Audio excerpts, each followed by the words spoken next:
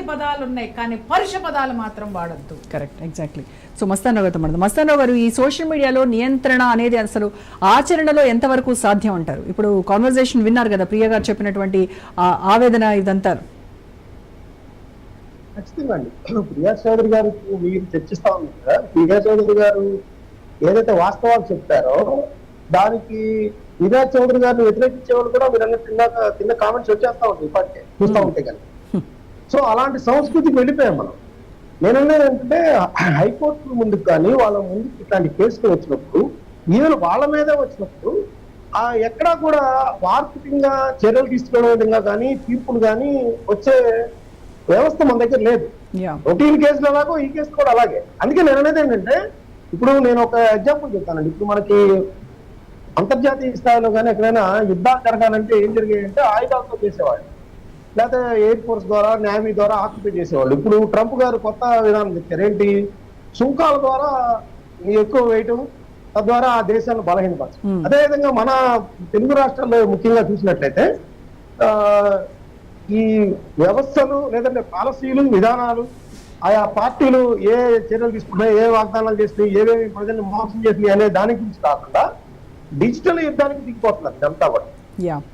Cyber నేరాలకు సంబంధించిన సరైన నియంత్రణ లేకపోవడం కానీ, వాటి మీద చర్యలు లేకపోవడం కానీ, కఠిన శిక్షలు పడతాయనే భయం లేకపోవడం కానీ.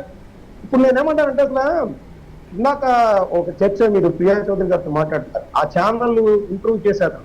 అసలు ఇంటర్వ్యూనే ఆ ఇంటెన్షన్ లో చేస్తున్నప్పుడు అసలు దాన్ని అడ్డుకునే వాళ్ళు ఎందుకుంటారు? వాళ్ళు ఇంటర్వ్యూ చేసే అతనికి ఆ ఇంటెన్షన్, వ్యూస్, లేదంటే వాళ్ళ ఆ ఛానల్ పెట్టిన వాళ్ళు ఎవరో, దానికి సంబంధించిన అతని యొక్క యాటిట్యూడ్, అతని యొక్క సపోర్ట్ ఏ పార్టీకి ఉంది, ఇవన్నీ కూడా ప్రభావితం అవుతా ఉంటాయి. అంతే.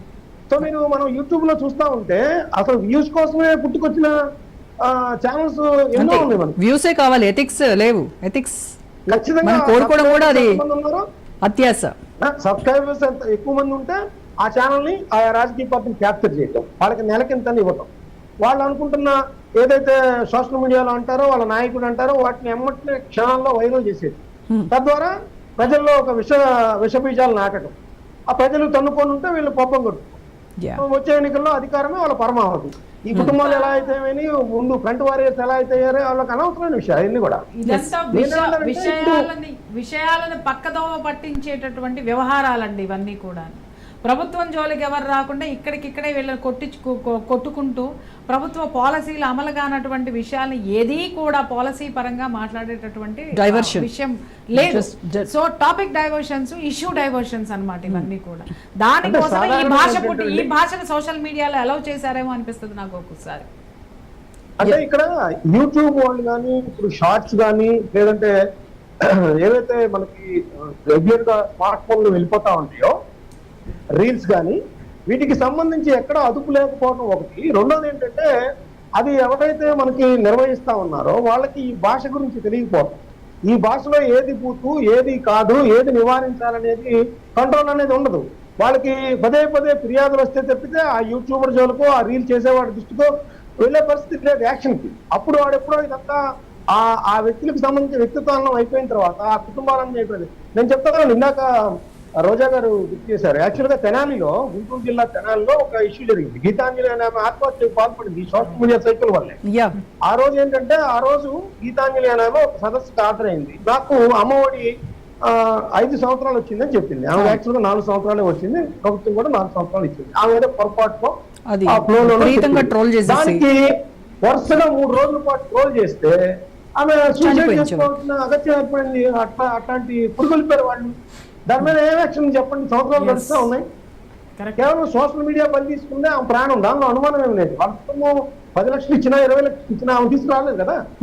అదేవిధంగా గుంటూరులో వెంకయ్యమ్మ అనే ఒక ఆమె వైసీపీకి ఎగ్నెస్ట్ గా మాట్లాడింది. వెంటనే వైసీపీ వాళ్ళందరూ ఆమెను ట్రోల్ చేసేసారు. వాళ్ళ ఇంట్లో గొడవనైనవి, వాళ్ళ ఇంట్లో ఆమెకు ఎందుకు మాట్లాడారని ఆమెను దూరంగా పెడతాం. అంటే సోషల్ మీడియా వికృత ఫలం అనమాట. ఇవన్నీ విషబీజాలు నాటితే ఏ విధంగా సమాజం దిగజారిపోతుంది, అదుపు చేయలేని పరిస్థితి వస్తుంది. అవి రేపు భస్మాసు రాష్ట్రాలుగా మారుతున్నాయి. ఈ రోజు మారింది అదే. ఈ రోజు ఇవాళ కిరణ్ వ్యాఖ్యానాలు కూడా భస్మాసు రాష్ట్రం అంటే ప్రియా చౌదరి గారు ఏమో కర్మ రూపంలో తిరిగి వచ్చిందన్నారు. అదే వచ్చింది. అంటే మీరు ఏదైతే నాటుతున్నారో, ఏదైతే మీ సోషల్ మీడియా నుంచి నేనేమంటానంటే, దీనికి ఒకటి ఇందాక నేను చెప్పాను, వాషీ జ్యుడిషియరీ లాగా ఏ పార్టీ వాడు పోస్ట్ పెట్టినా కూడా అబ్జెక్షన్ కూడా అది రికార్డ్ అయిపోవాలి. ఎవరు అదుపు దాని మీద ఉండకూడదు ఒకటి. రెండోది ఏంటంటే వీళ్ళకి సంబంధించి ఎవరు కూడా న్యాయ సహాయం అందించకుండా ఉండే విధంగా కూడా చేయాల్సిన అవసరం ఉంది. దానికి కూడా చర్యలు తీసుకోవాలి. సో ఇంకొకటి ఏంటంటే ప్రతి నియోజకవర్గంలో ఎవరైతే సోషల్ మీడియా పోస్టులు పెడతారో ఆయా పార్టీల తరఫున వాళ్ళని ఖచ్చితంగా ప్రభుత్వం దగ్గర రిజిస్టర్ చేసుకోవాలి. వాడు ఏ పోస్ట్ పెడుతున్నాడనే దానికి ఆ పార్టీయే బాధ్యత వహించాలనేది కూడా ఖచ్చితంగా చట్టం తీసుకురావాలి. అప్పుడు కనీసం ఈ పార్టీల వాళ్ళకి కొంత భయం అన్న ఉంటుంది. ఈ మన పార్టీ తరఫున పెట్టారంటే మన పార్టీ మీద ఆ ఆరోపణ మోయాల్సి వస్తుంది కాబట్టి మనం ఒళ్ళు దగ్గర పెట్టుకొని వ్యాఖ్యానాలు కానీ భాష కానీ ఉపయోగించాలని వాళ్ళ కార్యకర్తలు నిర్దేశిస్తాయి.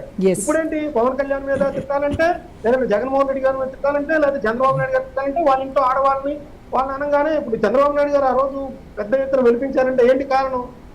ఆడవాళ్ళని అంటం వల్లే కదా. ఆయన అంటం వల్ల పెద్దగా ఇప్పుడు చాలా విమర్శిస్తారు ఆయన ఎన్టీ రామారావు గారికి ఆయన భేదాభిప్రాయాలు వచ్చినప్పుడు దశాబ్దాలుగా ఆయన ఎన్నుకుంటారని విమర్శిస్తూ ఉంటారు. ఆయనకి ఇప్పుడు బాధపడాలి. ఇంట్లో ఉన్నందరికి అది ఆటోమేటిక్ గా మరి బాధపడాల్సిన అవసరం కదా. ఇప్పుడు కింద పెట్టే పోస్టుల్లో కూడా జంట ఎవడో మాట్లాడితే వాళ్ళ ఇంట్లో వాళ్ళకి సంబంధించే ఉంటాయి. మీరు కింద పోస్టింగ్ లో చూస్తే వాళ్ళ ఇంట్లో వాళ్ళని విమర్శిస్తూ ఉంటాయి ఆ వ్యాఖ్యానాలన్నీ కూడా.